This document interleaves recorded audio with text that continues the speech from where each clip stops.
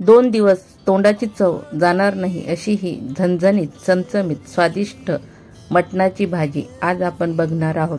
नमस्कार मंडळी, मी आरती स्वागत करते तुमचं माझ्या चॅनलवर। आज आपण अशी मटणाची भाजी बघणार आहे त्याची चव तुम्ही 2 दिवस तरी विसरणार नाही। अशी भाजी तुम्ही खाल्ली तर तुम्ही खातच राहाल। ढाब्यावर पण बनत नाही अशी स्वादिष्ट भाजी। खूप कमी सामानात बनते ही भाजी। घरातील सर्वांनाच आवडेल ही भाजी। लहान मोठे बोटे चाकून चाकून खातील ही भाजी। बाजूवाली वासानेच येईल वाटी घेऊन तुमच्या घरी। घरातले म्हणतील नको देऊ ही भाजी, उरलेली भाजी खायची आहे आम्हाला सकाळी।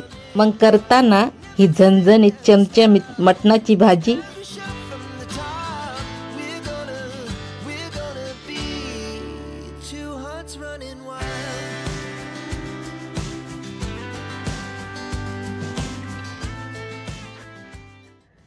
इथं आपण अर्धा किलो बकऱ्याचं मटण घेतलेलं आहे। मटण सर्वात प्रथम तर स्वच्छ धुवून घ्यायचं, थोडंसं मीठ टाकायचं आणि छानपैकी चोळायचं आणि मटण स्वच्छ धुवून घ्यायचं। आणि त्याच्यानंतर इथं आपण कोणकोणते मसाले टाकलेले आहे ते तुम्हाला मी सांगते। धनिया पावडर, गरम मसाला, मिरची पावडर, घाटी मसाला, हळद एवढेच मसाले इथं आपण टाकलेले आहे। आता हे सर्व मटणाला लावून घ्यायचे। बस, मटण काही आपल्याला भिजत ठेवायचं नाही, म्हणजे मुरत ठेवायचं नाही, लगेच फोडणीची तयारी करायची।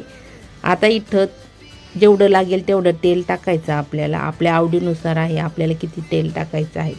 याच्यामध्ये मी 4-5 मिरे, 2-3 लवंगा आणि कांदा घेतलेला आहे। कांदा ब्राऊन झाल्यानंतर हे मटण आपण याच्यात टाकलेलं आहे। ज्या मटणाला आपण मसाले लावले होते ते मटण याच्यात टाकलेलं आहे।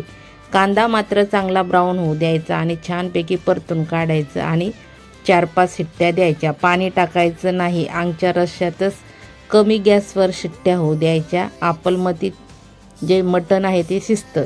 आता इथं 1 वाटी आपण खोबरं घेतलेलं आहे, म्हणजे पूर्ण अख्खं खोबरं घेतलेलं आहे। ते छानपैकी असं भाजून घ्यायचं आणि ते भाजल्यानंतर असं बारीक बारीक त्याचे तुकडे करायचे आणि तिच्यामध्ये अद्रकीचा तुकडा टाकायचा आणि हे मिक्सरमध्ये बारीक वाटून घ्यायचं। वाटताना तुम्ही थोडासा लसूण घेतला तरी चालेल, पण मी इथं लसूणचा वापर अजिबात केलेला नाही। 3 शिट्ट्यामध्येच मटण शिजलेलं आहे, कारण की अंगचं पाण्यामध्येच ते मटण शिजलेलं आहे, पाणी टाकायची गरज पडलेली नाही। मसाला पण बारीक वाटणं झालेला आहे, जे खोबरं आपण भाजलं होतं ते।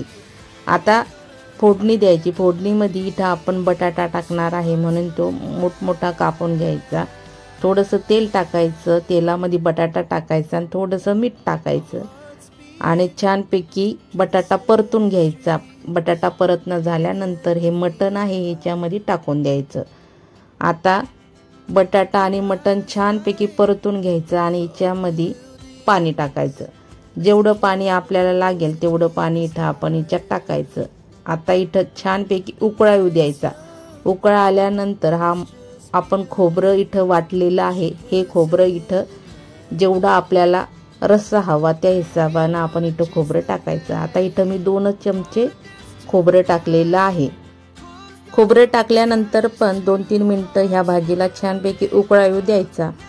उकळा आल्यानंतर आपली भाजी रेडी आहे। मग नक्की ही रेसिपी करून बघा आणि तुम्ही पण खा आणि तुमच्या कुटुंबाला पण खाऊ घाला। चला, हा व्हिडिओ आवडला असेल तर नक्की लाईक करा आणि जे कोणी नवीन असेल तर पटकन चॅनलला सबस्क्राईब करा। चला बाय, टेक केअर।